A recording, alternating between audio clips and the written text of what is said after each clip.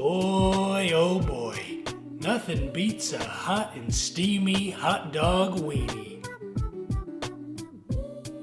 A little stadium mustard ought to jazz up this foot-long dingle-dong. Now that is a good-looking wiener.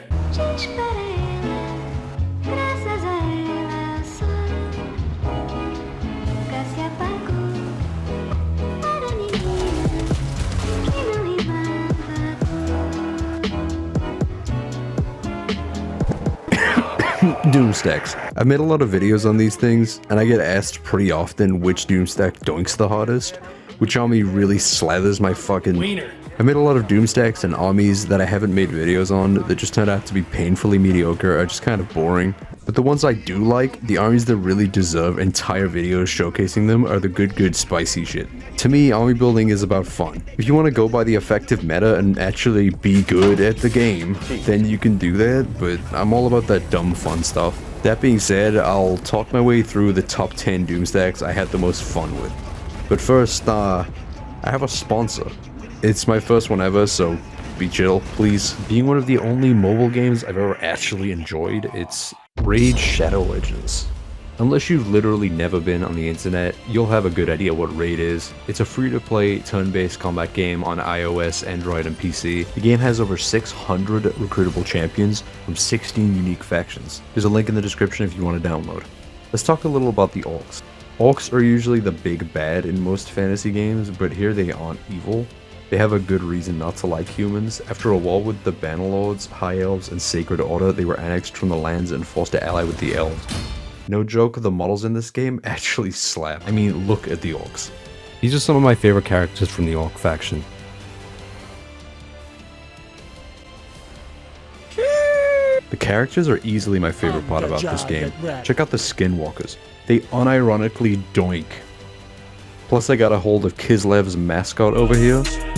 Raid has this massive Halloween event planned with new legendary characters, shard events, PvP tournaments, and more, so it's a good time to start. Plus for the next 30 days, if you join via the QR code on the screen now or the link in the description, you get a bunch of genuinely, actually useful stuff, including an energy refill, 24-hour XP boost, 200,000 silver, an ancient shard for 1 free champion rare or higher, and on top of that, you get the epic hero Chonaru. Once you get started, you'll find all of the rewards in this little chest thing. Number 10. That muffin is looking awfully like a hamster. This one was fun for one thing and one thing only. Big, meaty lord! No, the real benefit of these guys is the rat wolf summons. They break immediately upon getting in combat, die in 5 seconds, and they really don't do much damage. But shit does it look awesome when you can pull a 19 army stack out in an instant. The pack messes themselves are pretty strong mounted on the big nasty rats too. That was a frame-perfect rat smash.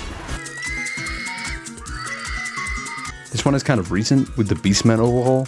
I would let this thing fuck my wife. I never expected this one to be as strong as it was, but they roll through infantry like, hold on, let me find a relevant clip for this.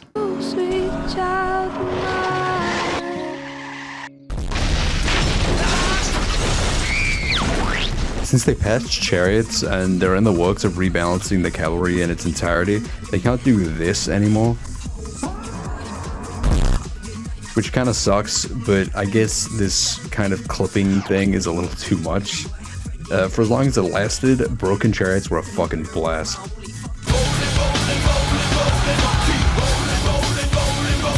This was an old one. One of my first ever 20 stack videos when I was making only hero builds. I haven't made this stack yet since the Beastmen rework dropped, but when I built these guys, I stacked the AoE buffs they got into each rank to give them stats through the roof. It still stands as pretty much the strongest army I've ever built. It's an army made up of bulls that have maxed out endgame Archaon level stats. I didn't even come close to losing a fight. Most importantly though, watching these bovines blend their enemies into mincemeat was fucking beautiful. With the new Beastmen hero slot system, it should actually be possible to build this army now, especially with all the new spicy Beastmen buffs, an actual Doom Bull, which has become my favorite Beastmen unit. Come and see the violence inherent in the system!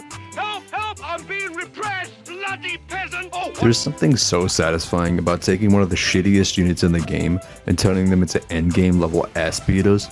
Low-level infantry and tier 1 units in general a lot of the time have access to a ton of buffs, which ordinarily you might pick up 1 or 2, but if you get everything available to them, you can really get a super polished turd to throw at your enemies. That's what's so fun about this army. They're a bunch of tool-wielding peasants. Screw tactics, just huck your polished turds like a furious monkey.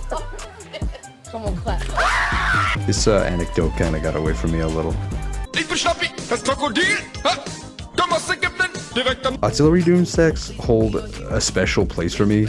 It's one of the things I did in Warhammer 1. Grimgor with an army of 19 Doom Divers. Maybe that would make a good vid. As fun as it is, it was kinda shitty because this was before the Greenskins got their Warg Shattering faction rework. Anyway, the point is they couldn't defend themselves in melee combat and they got slapped unless you got lucky with the shots. The difference with 19 Bone Giants is they're giants. So if they do manage to get to you, they're entering the bone zone and these things can handle themselves. Man, seeing this stuff seriously gets me hyped for Game 3 when I can make all sorts of busted ass artillery style Doomstacks.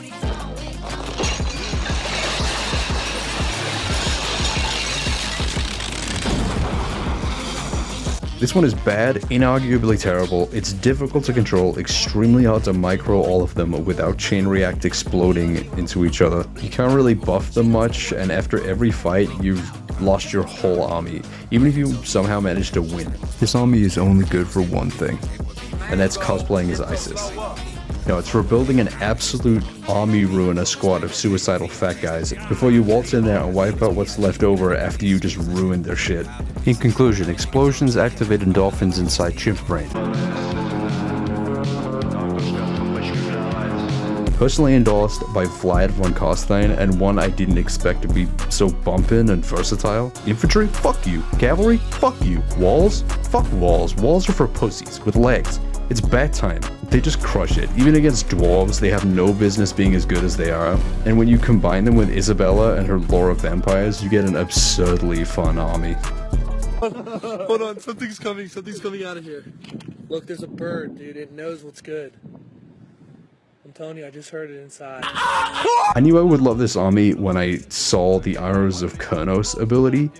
After the Wood Elf rework, these things went from pigeons into fucking attack helicopters.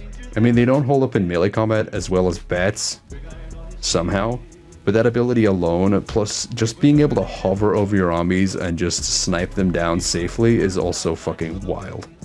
The first time I watched our lord get deleted instantly with a full volley of Arrows of Kurnos, I nutted clear through my pants.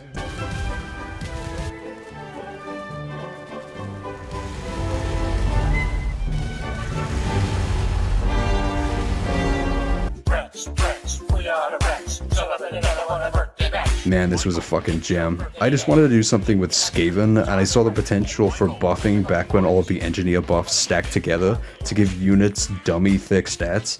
The video I made on them still stands as one of the most popular on my entire channel, and one of the ones I'm the happiest with. The Skaven and Ikit are already dumb fun to play, and this is like a little concentrated build to yoke the hell out of this already fun unit roster. Wallpluck Jezzails with 592 missile strength, 101 ammo, and 153 speed.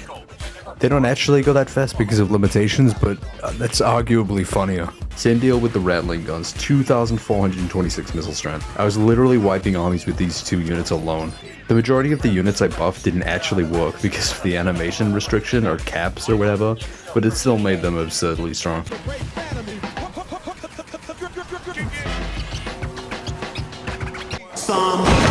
Ogres. It's almost pointless to build without modding. You get no unit or research tree buffs. It's an objectively underpowered army through and through. So why does it take the #1 spot? Because fuck the meta, it's all about fun for me. Nothing beats watching a wall of hungry thick fellas demolish a front line while screaming meat. Aesthetically, I adore the Ogre Kingdoms, and this is the only little taste I'll have of these guys until Warhammer 3 rolls around, consuming my professional and personal life for the next 3 years. But hey, maybe they won't be the pre-order faction, and we get a much more flushed out expanded DLC a year or two from now. Yeah, effectively this Doomstack has no endgame potential, but I just love monstrous infantry and single entities, and these guys are monstrous infantry, pretty much exclusively.